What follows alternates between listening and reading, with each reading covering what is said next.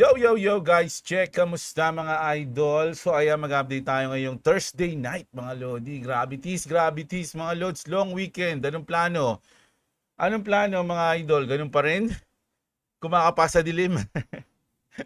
So ito, mag-news na tayo. Grabe, meron tayo matinding news. Kaya walapit boy. Ang tindi nung nung huling news natin. Merong isang OG, no? Merong isang billionaire na nagparamdam. Parang nagbigay ng hint. Mga lods, parang nagbigay na, ito na, ginaalagaan niya pa eh. Nihimas-himas niya pa yung ulo, mga lods. Ang lupit na ito. So, bago ang lahat, mga lodi, alam nyo na, sana pag-click nyo pa lang ng video, like nyo na yung video. Siyempre, subscribe sa mga di pa na-subscribe. At siyempre, sa mga wala pang crypto exchange dyan, bibitya tayo ngayon. Tignan nyo na lahat ng link dyan sa description sa baba ng video natin. Makakatulungan sa inyo. So, grabe, alas napasigaw ako kanina dito. Sabi ko, 'di ba, gaganon 'to, wag i-short. Tapos biglang gumanyan, no. Tumagos mga lodi. Sabi ko na nga ba eh. Sabi ko na nga ba, ganun na mangyayari. Kaya lang biglang naka-recover eh. Pinikian tayo mga lods, no. Syempre hindi pa natin sure. Malay nyo naman, medyo mahaba. Naka 15 minutes time frame lang naman tayo. Malay nyo naman, biglang gumanon yan, no. 'Di ba? O kaya ganyan, no? Hindi pa natin alam 'yan, mga lods, pero titignan natin kung ano yung mga susunod na mangyayari, okay? Pero ayun na nga, kung mawala siya dito, I'm not sure kung ano yung bali titignan natin. Meron na, hindi ko pa kasi tinitignan yung mga mga support and resistance nito, mga lods. Dito lang tayo, 50% lang yung tinignan natin. Ito ba yung 50% niya? Mali yata. Hindi natin. Hindi.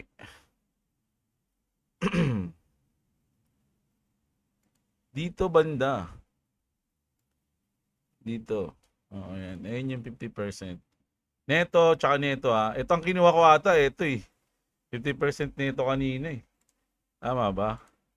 Oo nga, baka nga dito. Ayan. So, titignan natin kung ano yung mga pwede mangyari dito. Pero mag-news na muna tayo. Grabe, mainit yung news natin ngayon, mga lods. Talagang maapektuhan yung ating pati Pilipinas. 'Di ba? Kaya lang sabi yata nung nag-press conference, okay lang daw tayo ngayon eh. 'Di ba? Sabi ni Bongbong, okay lang tayo. Okay lang tayo, okay mataranta, okay lang tayo. Yun yung sabi niya. Hindi naman ako may sabi nun. At least, 'di ba? Malay niyo naman, okay lang tayo. Hindi natin alam. Presidente nagsabi. So ito, meron kasing nangyari, mga idol, no? America was not aware of an Israeli attack on an Iranian gas facility. Hindi alam ng US yon. The state of Qatar was not involved in any way in the Israel attack on Iran's Pars field. Ayan, sabi.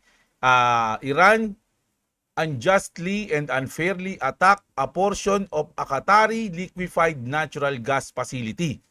Siyempre, ayaw ni Trump yun. Kasi, as long as possible, ang gusto lang ni Trump kasi talaga, ewan ko hula ko lang. Ang gusto niya lang, ang magbabakbakan lang, Iran, Israel, tsaka US. Ganun lang. Parang ganun yung gusto niya. At wag man dadamay ng mga, yung mga importante, no? Tulad ng mga natural facility, no? Natural gas facility, yung mga pwede niyang pakinabangan after ng war. Dapat hindi yun madadamay. Ganun sa tingin ko ang gusto ni Trump. So, nagalit siya dyan. Sabi niya, if Iran decided to attack Qatar, the United States will completely destroy the South Pars gas field. Mga loads, no? Ayan. Israel will not launch any further attacks related to the South Pars field, which is of utmost importance and value, no? Importante yun, mga lodi. Kailangan ni Trump yun. If Qatari liquefied gas facilities are attacked again, I will not hesitate to completely destroy the South Pars field, mga lods. Ayan, no? Kasi sa tingin, ito hula ko lang to, mga idol, no? Sa tingin ko, ayaw bakbakan ni Trump talaga ng sobra na masisira yung mismong Iran, lalo na yung mga mahalagang parte sa Iran, mga lodi. Kasi gusto niyang pakinabangan yon. Kaya lang, yung Israel kasi, mga lods, parang ganito yung gusto. Eto, hula ko lang to mga lodi, hindi to totoo. Hula ko lang. Sa tingin ko, yung Israel, mga lods, gusto nilang kunin yung Iran. Ayun lang yung sa tingin ko, mga lods. No? Gusto nilang palawakin dun yung kanilang sakop. No? Once na matalo yan, Iran yung gaganap dyan. No? Ayun lang yung sa tingin ko. Pwedeng mali tayo dyan, mga lodi. Diba? So, pero syempre hindi papayag 'yun. So, ang gagawin nila, dudurugin talaga nila 'yan hanggang masakop nila. Ganun yung pwedeng mangyari. So, we don't know kung anong talagang plano. Hula ko lang 'yon. No, pero ito, nagbanta si Trump na, sige, pag ginalaw niyo pa 'yan, durog kayo sa akin. Sabi niya ganyan. Yung buong yung South Pars Field, tutunawin ko 'yan, sabi ni Trump. Oh, 'yan. Tas eto, delikado mga lodi. Isipin nyo ang layo ng war ng Iran, Israel tsaka US. Yung US kasi pumupunta lang sa lugar na yun. Ang layo sa US, di ba? Pero mga idol, yung mga officer ng US, nako, mukhang delikado na. Drones detected over the base where Secretary of State Rubio and Defense Secretary Hegseth live. Kumbaga may lilibot na drones kung nasan silang dalawa. Multiple domestic military bases lockdown. Biglang nag-lockdown mga lodi. The US just issued a global security alert for all diplomatic posts overseas. The war in Iran isn't 7,000 miles away anymore. Unidentified drones are now flying over the homes of the two official most responsible for running it. Ayan mga lods si Rubio at si Hegseth, mga lodi, nako, pinapalibutan yung kanilang bahay ng mga drones. So kailangan nila mag-ingat mga idol, no? Hindi na ganoon kalayo. Pero sa tingin ko, merong mga tao, no, na kung totoo man to o kung totoo to mga idol, syempre yung mga siguro Iranian allied, yung kalaban ng US, meron diyan sa US, no? Kumbaga ayun yung gagawin nila, ayun yung mission nila, di ba? Pwede 'yun, 'di ba? Pero kung mag-iisip tayo ng mga mala Game of Thrones na plano, pwedeng pwedeng pakanalang 'yun, no? Mala Game of Thrones 'to hindi na pwedeng mali Malay niyo si Trump may pakana, no? May pakanaan 'yan. Ngayon, kapag pinatumba ni Trump yung sarili niyang officer, ang pagbibintangan niya yung Iran, kaya babakbakan niya. Gagawan niya ng reason. Dahil ginawa niyo to, tatapusin ko na kayo. Ganun yung sasabihin. Pero siya talaga yung may plano. Arista, ang lupit ng Ang lupit ng mga natin Pwede tayo maging direktor No? Pero syempre, hindi totoo yun. Pero ito, nag-iingat na sila ngayon kasi naglilibot ng drone sa mga bahay kung saan nakatira yung, o kung nasan. No? Si Secretary of State Rubio at si Defense Secretary Hegseth, mga idol. No? Ayan So, ayan. So, grabe yan. Mga lodi, nakakatakot na yan. Kinakabahan na ba sila? Tapos, ito, speaking, mga lodi, na eto yung Japan, medyo tutol talaga sila sa pag-atake sa Iran kasi ayaw nila ng gulo, mga lodi, no? Ayaw ng gulo ng Japan, siguro may trauma na sila sa nuclear. Ayaw nila na magkaroon ng nuclear kasi wala silang ganun Di ba? Ayaw nila. So sabi dito, Japan says it will buy oil from Russia using yuan through Strait of Hormuz but not join America's war due to 82% of Japanese oppose Iran-US war. No, kumbaga, ito malupit kasi mga idol, no? Bibili sila sa Russia. Pero hindi dollar yung gagamitin nila. Ang gagamitin nila yuan. No? Kasi nga 82% of Japanese oppose Iran and US war. Ayaw nila niyan, mga lord. So hindi sila makikisali diyan, mga idol. So sa bilang pagtutol, hindi nila gagamitin yung dollar, gagamitin nila yung yuan sa pagbili ng oil sa Russia. O di ba? Medyo sampal sa US 'yun, mga lodi. US wanted Takaishi to sign a joint statement on Hormuz but Japan refused publicly, officially and finally. Kumbaga, 'di ba, nagyaya si Trump, tulungan nyo kami dito, magpadala kayo ng ganito ganyan. So, nag-refuse yung Japan doon, publicly, officially, and finally. Ayaw namin. Sabi niya ganun. Japanese says no ships, no troops, no war in Middle East. Hindi talaga sila makikipag-participate, mga lodi. Kasi ang hinihingi ata ng ng US, ang ipadala doon yung Voltes 5. Hindi na, wala na daw, patay na yung mga driver. Hindi, ayaw nila. Ayaw nila makisali. Mga idol. Pero pag pinakailaman sila, ayun na, si Goku na yung lalaban. Madaming fighter sa Japan. Dahil si Saitama lang, idurog tayo dyan eh. Mga lods eh. No, ayan na, pero ayaw talaga nila. Siguro, syempre, maski naman na ako, ayoko ng gera eh. Di ba? Patas lang, trade-trade lang tayo, labanan lang tayo ng skill. Wala yung ganyan, lugi eh. Kasi yung mga malalakas na country tulad ng US, ng Russia, o ng Israel, ganyan. Syempre sila yung mga advantage na diyan, no? Sila yung pinakamalalakas ngayon sa mundo. So lugi ka talaga. So ayaw, hangga't maaari, huwag kang makisali, 'di ba? Tsaka hindi maganda yung ganun. Kaya mas maganda talaga tanggalin na yung mga nuclear, iba na yung nuclear, yung mga baril, no? Suntukan na lang pagka ganun, mga loads, no? Kahit na malakas kayo, mayaman kayong bansa, masigla yung bansa nyo, maraming turista, pero dapat ban yung baril. Sa Japan, ban yung baril eh. Bawal magdala ng baril sa Japan. Kaya nga naalala nyo nung pinatay sino ba yung prime minister nila na ano, yung Pogi, yung matangkad, nakalimutan ko, yung binaril sa habang nagsasalita sa kalsada. Nagulat sila nung kasi ban yung baril. Maski mga pulis doon, walang baril. So, ang ano doon, ang nangyari, improvise, ginawa nung yun pumatay doon kay ano, kalimutan ko. Basta yun, kung ano yung pangalan nun. Si Abe. Si Abe yun, mga lods, no? Akihiro Abe ba yun? Nakalimutan ko na eh. Basta yun. O Shinzo Abe. Dahil na baka mga writer ng anime yung nasasabi ko ha. Sorry, basta yun, mga loads. So, ayaw ng Japan yan. So, tutol sila. Masakit, no? So, oil, bibili sila sa Russia. Sana ngayon, bumili na yung Pilipinas sa Russia kasi 30 days na tinanggal ng US yung sanction ng Russia para magbenta sila ng oil. So, si Bongbong, bumili na ngayon ng oil sa Russia. Hanggat may oras pa, di ba? So, ayun, sana nga, ngayon na maiisip niya yan. Diba? Ako nga, naisip ko eh, siya pa. Dami niyang advisor, di ba? Speaking of oil, taragis siya, no? Brent crude oil surged to $116 following strike on oil refineries and gas plants in the Middle East, mga idol, no?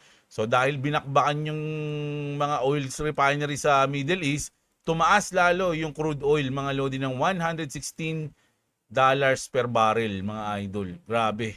Ang taas oh. Isipin nyo, from 102 to 116, ang laki niyan. Halos mga 10 o 15% yan. O basta mga ganun. Nanguhula na naman ako. Di ba? Oh my goodness. O, pwede. Pwede yung mga nagtitrade ng oil. Pag mga ganito, pwede ka mag-short na dyan eh. Pwede ka na mag-short. Meron bang oil sa Bitget? Hindi ko alam. Ang alam ko lang kasi ano eh, gold and ano eh, and ayan, merong oil oh. Ito ba yun? Tignan natin. Trump Oil Reserve. Trading December 7, chichichiche. Sige, tignan lang natin. Ano to, bago lang? Naka 1 hour time frame. Ba't ganito yung chart? Parang pitos 15. Ito ba yun? Hindi ata ito yun eh. Lock na natin. Sana ako mag-experiment. Ito, ano to? Saka na, pero train and train. Titignan lang natin mga lodi Che, okay na yan. Nag-fix mo na. Titignan lang natin yung chart. Ba't isang ano lang to? Bago lang ata Kakalagay lang nito. Ano to? Anong date to? Tagal na nito. January 26. Iba lamang hindi ito. Palpak. Wala. Wala mga lods. Sayang, titrade sana tayo. Yan. So, ito, shoutout kay si Skyla ba na gano'n sa akin ito? Si Kevin Alipio, ayan. Sabi dito sa balita na to mga lodi, no? A man in the UK has accused his wife of stealing $172 million in Bitcoin by secretly recording his hardware wallet seed phrase with CCTV. The case involves 2,323 Bitcoin allegedly moved to multiple addresses in late 2023 with the claimant presenting audio and video evidence of his wife discussing the theft. No, kumbaga, ayun. Oh, ba't pinakita yung seed phrase dito? Wala na ba yan? Police seize cold wallet and arrest the wife, later releasing her on bail pending further evidence in 2025. The husband sought an injunction to freeze the asset and formally declared ownership. Justice Carter described the evidence as damning. Nothing the claimant had a strong chance of success and stressing the urgency of an early trial due to the volatility and security risk tied to Bitcoin holdings. This case serves as a stark reminder in the crypto event, even if you hold millions in digital asset, trust must be guarded carefully. Sometimes even from your own family. Patay tayo dyan. No? Ako mukhang kailangan ko ng kabisaduhin yung seed phrase ko. Hindi ko kabisado yung seed phrase ko, mga lods eh. Nakalagay lang sa papel na hindi ko na rin alam kung saan nakalagay eh. Sana ba yung papel na yun? Hindi ko nilalagay yun sa sa dito sa internet o basta dito sa computer, kahit sa cellphone hindi ko nilalagay, sa papel lang. Simula nung binili ko yun. Siguro nandun pa rin yun sa sa ilalim ng lupa kung saan ko binaon. Kailangan hindi naman alam ni boss yan. Imposible niya malaman yan, mga lods. Pero okay lang, may tiwala naman ako kay boss eh. Alam niya yun, tsaka alam niya na lagot siya sa akin. Patay. Hindi. Okay lang yan. Tsaka meron din naman siya sarili. Meron din crypto yun. Kaya lang, unti lang. Paborito niya lang. No, ayun. No? Mag-ingat kayo. Kahit sa mga partner nyo. Nako, kung magtitiwala kayo, no? Grabe naman yan. Ba't kasi, ibig sabihin, hindi niya mahal yung asawa niya. No? Kasi kinuha niya yung crypto eh. Dapat sa kanilang dalawa yun. Diba? Share. Conjugal property yun eh. Di ba pag mag-asawa may ganun? Conjugal property. So, ba't kailangan mong kunin lahat? Pwede mo naman sabihin na, be, atin yan ha, atin tayo dyan ha. Tago natin yung seed phrase mo. Ganun. Di ba? Pero yung ba't mo kukunin? Dahil sa CCTV, ibig sabihin, may balak kang gusto mo sa'yo lang. So, hindi mo mahal yung partner mo. Mali yun. Di ba? So, kung mangyaring makawala maayos man to, malamang hindi na pagtitiwalaan tong asawa niya. Hindi na ito pagtitiwalaan. Binalak mo kung traitor rin eh. Isa kang hangal. No? Ayan. So, wala. Pangit, no? Pangit. Pangit yung gali. So, ito. Malapit na tayo sa pinakamalupit na news natin, ha. Ripple just dropped a new video. Grayscale Managing Director breaks down to the role of XRP in a diversified crypto portfolio and why XRP is defining asset in the next chapter of digital finance. So the institutional moment is here. So Grayscale to, mga lods, no? At hindi naman biro-biro din yung Grayscale. So goods na goods yan. Magandang balita para sa XRP. Hindi lang yan. XRP Treasury Evernorth files with SEC for Nasdaq listing. So yung Evernorth, mga lodi, XRP Treasury firm Evernorth filed a Form S4 with the US Securities and Exchange Commission o yung SEC, moving closer to going public. The filing marks a major step forward in Nasdaq debut. The firm plans to list by a SPAC merger. According to reports, Armada Acquisition Corp. Ano itong basa dito? 2 is the merger partner. Ayan ng Evernorth. Evernorth announced plans to go public in October. This filing is seen as the final key regulatory hurdle. No, na-imagine ko tuloy, no? Yung bear months o yung bear, hindi bear market, bear months, simula ng September to December na month na inaasam natin ng 2025, baka ibigay sa atin ngayong 2026. No? Yung Moonbember, Bullsember, 'di ba? Tsaka ano pa 'yon? Kalimutan ko na tuloy dahil di natin experience. Di ko na alam. Tsaka Bullsember. Ayun na nga yun. Ano pa yun? Moonbember. Yaman mo na. Basta yun. Maranasan natin daw yun ngayon 2026. Eto na mga lodi. So, pinost ni Elon Musk kaninang alas 2 o alas 3 ng hapon. dito sa Pilipinas, mga idol. No, kita niyo naman, na anong ibig sabihin niyan, mga lods? Bakit siya may hawak na Doge? Na Doge? Na anong tawag dito? Shiba Inu yung ganito, yung Shiba Dog. Shiba Dog to, mga idol eh. So parang dalawa to parang pinapahiwatig Pero syempre alam niyo naman na si Elon Musk ang the Doge father. Oh, 'di ba? Siya ang the Doge father. So ngayon nagpahiwatig na siya, mga idol. Umangat ba yung presyo ng Doge? Check nga natin. Hindi naman eh. Hindi umangat. Oh, pero nagpahiwatig na si Daddy o si Uncle Elon. Oh, 'di ba? So napakalupit niyan, mga idol. Ano pang gusto mo signal? 'Di ba? Ano pang ini-expect mong magandang signal pagdating sa Doge? Malamang nung pinost to, tuwan-tuwa yung mga Doge lover. O ayan, no? Tag pa yung Doge, oh. Oh. Dogecoin board meeting looking serious as F. O, di ba?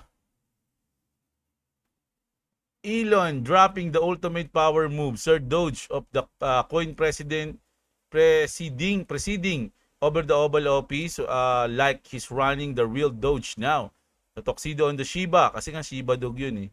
The serious stare down, the Rose Peak meme royalty meets billionaire chaos. This has to be grok generated or mid-journey to perfection, right? Because if it's real footage, we're living in the timeline where Dogecoin finally took over the government. Elon basically just said, I don't need to tweet about Doge anymore. The Doge tweets about me. Legendary troll level. The crypto bros are probably pumping right now. The haters are sitting and everyone else is just confused laughing. Oh, ayan. Is this the greatest Elon meme revival of 2026? Or is he low-key signaling Doge is back stronger than ever after the government version ended? To the moon or to the White House basement? Oh, ayan, mga Lodi. Yeah, so ano pang signal ang gusto mong gawin, mga Lods, pag sa Doge? Tuwan-tuwa ata siguro mga may Doge ngayon. No? Ito yung last ko at gusto kong Tagalog to, mga idol. Kasi may nagtanong kay David Schwartz tungkol sa presyo ng XRP. Bakit ganito? Bakit ganyan? Ang post na ito mula sa The Crypto Basic noong March 19 ay tungkol sa isang talakayan kay David Schwartz. Ano ang sinasabi ng post? Madaling Tagal. Si David Schwartz ay nag-react sa mga reklamo ng ilang XRP holders na suppress. Alam niyo na yung suppress o sadyang pinabababa ang presyo ng XRP kahit na malakas ang fundamentals nito. Sa ngayon, nasa paligid lang ng 1.5 ang presyo kahit may magandang development. Ayon kay David Schwartz, sa open market na may maraming rational na mga kalahok, ano yung rational na kalahok? Lohikal at mas sapat na pera, karaniwang naaayos ang mga maling presyo sa medium to long term. Katamtaman habang mahabang panahon. O, medium to long term. Kung talagang may obvious na mali o efficiency sa presyo, halimbawa sobrang baba o sobrang taas, may mga tao o institution na aabutin iyon, yung arbitrage, at aayusin agad para kumita sila. Babalik sa tamang level ang presyo. So parang repricing, no? Pero maaaring magkaroon ng short-term inefficiencies o pansamantalang hindi tama ang presyo. Normal yan. Hindi naman ito tatagal dahil sa arbitrage o pagkakaiba ng presyo sa iba't ibang market o paraan ng pagbili o pagbenta. Sa madaling salita, naniniwala si Schwartz na hindi forever suppress ang XRP dahil sa mga bentahan ng Ripple o iba pang factors. Kung talagang undervalued ito ng matagal, maraming matatalinong investor ang bibili ng marami para i-correct yung presyo pataas. Kaya sa tingin niya, ang presyong 1.5 ngayon ay malapit ng rational base sa kung ano talaga ang iniisip ng market ngayon. May mga debate rin dati, halimbawa kay Zach Grimes ng Chainlink, kung nakakasama ba ang regular na pagbebenta ng XRP ng Ripple para pondohan ng company stock buybacks, etc. Yung nasa nasa escrow sa holders. Pero depensa ni Schwartz, kung predictable at matagal nang nangyayari yung selling na yan, nakikinabang talaga ang mga bumibili na sa nakaraang taon dahil mas mababa ang presyo nila nabili kaysa kung wala yung selling pressure na yan. Sa kabuuan, sinasabi niya na hindi forever pababa ang presyo dahil sa suppression. Naayos yan ng market mismo kapag may sapat na buyers na naniniwala na undervalue ito. Pero sa short term, pwede talagang maging hindi perpekto ang presyo. Diba? So, ayun mga load, sinagot niya. Kasi tutusin, wala nga siyang sagot dyan dapat eh. Kasi hindi niya rin alam. Sabi niya rito, I didn't respond to that post because I couldn't think of any useful or responsive to say to it, sabi niya. Pero ayun yung pinaliwanag niya lang. No? Magkakaroon tayo ng pagbabago ng presyo. O, di ba? So, ayun, grabe. Punta. Hindi, magsusundo na ako. Wait lang mga lods ha. Pwede bang bukas na lang magbasa ng ko? Sige, basahin ko na nga. Bibilisan ko na lang. Ayan, maaga pa kasi mga idol eh. No, actually nagahan ko talaga yung upload kasi nga syempre walang pasok bukas. Hindi ako sure kung baka mamaya makidnap na naman ako. 'Di ba? O nagalit na si Gaming PH. Put a little more, sabi niya. Trump yan, pati gasolina at bigas naging volatile na, kakawar niya. Pahirap sa buong mundo tapos hihingi pa ng tulong. O, mula noon hanggang ngayon, buy sa stablecoin na USDC o Ripple USD. Tuloy ang pagtaas ng dolyar. Nasa 60 na ngayon yung ano, no? Yan oh, sana. Ayan oh. 60.37. Uy, grabe, 60.14 lang to kanina pagtingin ko. Ayan oh, mangat na oh. Uy, grabe, tumataas na mga lods. Tayo dyan. Oh. Ano yan? Erwin. Ang lawak ng Pinas, bakit hindi tayo mag-conduct ng exploration sa mga karagatan? Pwede. Luisito, grabe na panahon ngayon, Jeb. Sana matapos na ang gera para di na tumaas ang gasolina. Salamat sa tips. Short tayo, sabi niya, Idol. Sana nga matapos na, Idol. Pero mukhang may kailangan pang makuha si Trump eh. Di niya naman itutuloy ang wala siyang pakinabang dyan eh. Wala siyang may hita. So siguro may gusto siyang kunin, may gusto siyang mapasa kanya o mapagtagumpayan kaya ginagawa niya yan, 'di ba? Kasi buhay yung kapalit niyan, mga idol. Tapos 'di ba? Ganun. Siguro malaki yung hangarin niya na makuha yung kung ano man yun, masakop o something. Yukimoto, okay lang talaga tayo sa 1 peso $60. Ang galing, 'di ba? O nga eh. Sabi okay lang daw tayo. Sabi ni Bongbong eh. Junel Nael, shoutout sa iyo. JT, Lettuce Garden. August, September pa, start ng bull run. Sana nga, idol. Kahit na, bear months uli. Binobomba na kami dito. Ayun nga eh, kaya nga sabi ni Trump eh, wag na, hindi na daw. Inawat niya na. Ay, sa Saudi? Oh my God. Alam niyo ba, malamang nasabi ko na to eh. Sa Saudi yung pinakamagandang uri ng langis sa buong mundo. Mga lods, no? Sa kanila yung pinakamagandang uri. Halos onti lang yung gagawin para ma-refine siya. So, hindi katulad ng mga oil sa Iran at sa Venezuela. Talagang kailangan pa ng mga special machine para ma-refine mo ng maayos yung magamit mo yung langis na yun. Pero pag sa Saudi, kaya nga yung ibang sasakyan sa Saudi hindi nasisira eh. Ang lupit ng gasolina nila eh. Sobrang linis eh. Ayan, si Bibo. Pag nag 589.75 USD ang XRP, pwede mo na bayaran utang ng Pinas, Boss Jeb. Naku, ba't ko ba? Di ko alam eh. Pero di ko babayaran yung utang natin. Di ba? Mas maraming bilyonaryo sa atin, ba't di nila naisip yun? Di ba? Pero kapag nag 10,000 yung XRP, babayaran ko yung utang. Kapag wala, kulang yung pera natin, mga lods, kahit na maganyan eh. Pag nag-5.8 na, kulang pa rin. Ang laki na ng utang natin eh. Trillion na yung utang natin eh. Baka pagtulungan na ng ibang bansa yung Iran or patigilin na nila si Trump. Sana nga, ganun eh.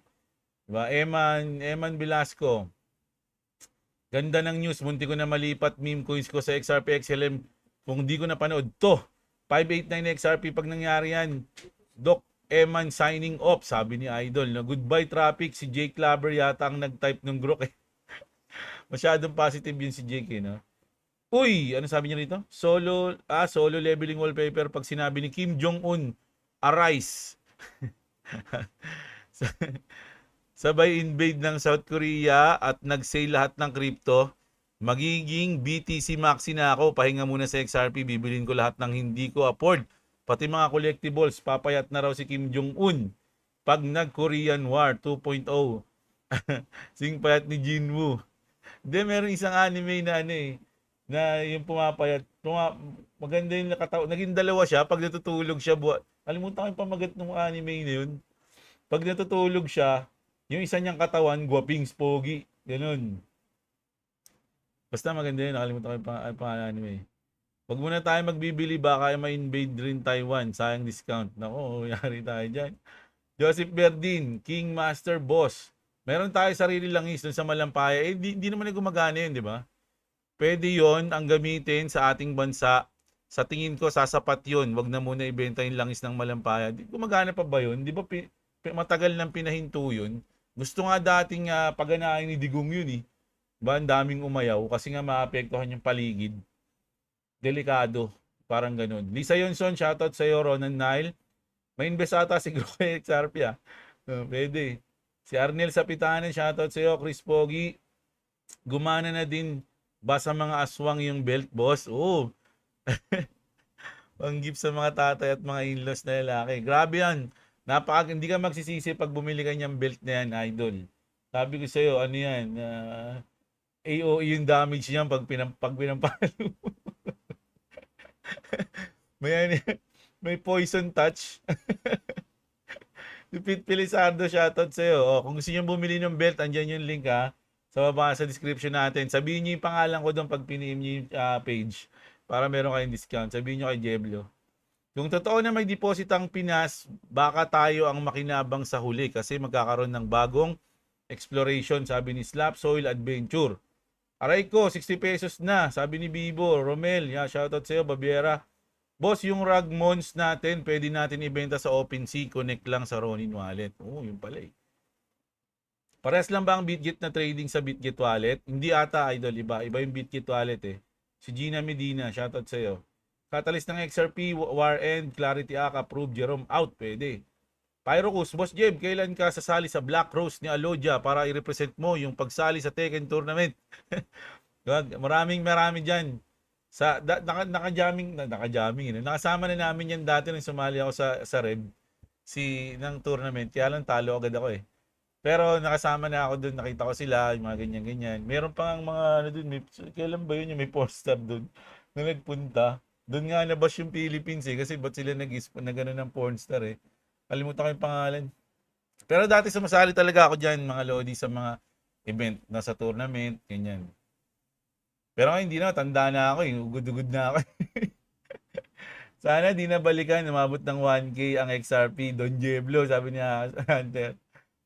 Mr. Ads, alam mo ba idol, ang US, hindi sila apektado sa oil. Marami sila reserve. Tayo, mahirap na country talagang iindahin natin yan. Tama ka dyan, idol. Mabel Sambale, shoutout sa The Greens Channel, King Shang Sheng, Arnold Palaes. Ayan, ano kaya mangyayari sa Pinas kung yung ibang bansa aligagana tayo? Politika pa rin, no? Ay, Tony kasi, ba't kasi ganun, no? Edwin, shoutout sa iyo. Si Jag Sohal, China will be the next superpower, sabi niya. Nochi, Kuya Jeb, ano po ang advantage ang disadvantage ng, naku, mahabang paliwanag. Bukas ko na sasagutin to, idol ha. Medyo nagmamadaling tayo, magsusundo ko, baka pagdating ko dun, kalto ka na ako ni boss eh. Ngayong maisip ng mga nasa gobyerno natin na dapat binigyan nila ng pansin yung invention noon na alternative sa gamit ng langis. Tama. Yung malampaya yun, di ba? Malampaya power something. Hindi kaya pinagawa lang kay Grok yung mga post tungkol sa XRP nung tipong sinadyang Grok. Ayan. Baka naman ang magbilihan ng sinturon na yan, idol, mga albularyo. Dahil sinabi mo. Pag pinalo yung sinturon sa house, hindi, ano talaga yan? Matindi yung sinturon na yan, idol. Sabi ko nga sa inyo, isang beses lang kayo bibili dyan eh. Kasi pwede nyo na ipamanin. 3 henerasyon nga minimum yan. Yung belt na yan, na hindi masisira. Okay, shoutout kay Isa. Sabi ni Mr. Ads, ayan. Stephen Andre. Si Aran Team from Korea, shoutout sa inyo, idol. Magandang gabi sa inyo, Hime. Sabi ni Hime, ayan ha. JL Sinsay. Ayan, shoutout sa iyo. Si Raypin Moko. Yoko nga eh. Ayan, shoutout sa iyo, Coron. Si Kevin Antonio Sembrano at si Santos Jandel. Grabe, ilang beses ng undefeated si Santos Jandel ha. Ang babagal niyo daw mag-comment eh. So ayan mga Lods ha. Maraming salamat sa mga nanood mga Lodi. Sana i-like yung video natin, subscribe kayo. Sa mga wala pang crypto exchange dyan, check nyo yung mga link dyan sa baba description. Yun lang, malupit. Magandang gabi mga idol. At What's up? What's up? I have to make this. Okay, go.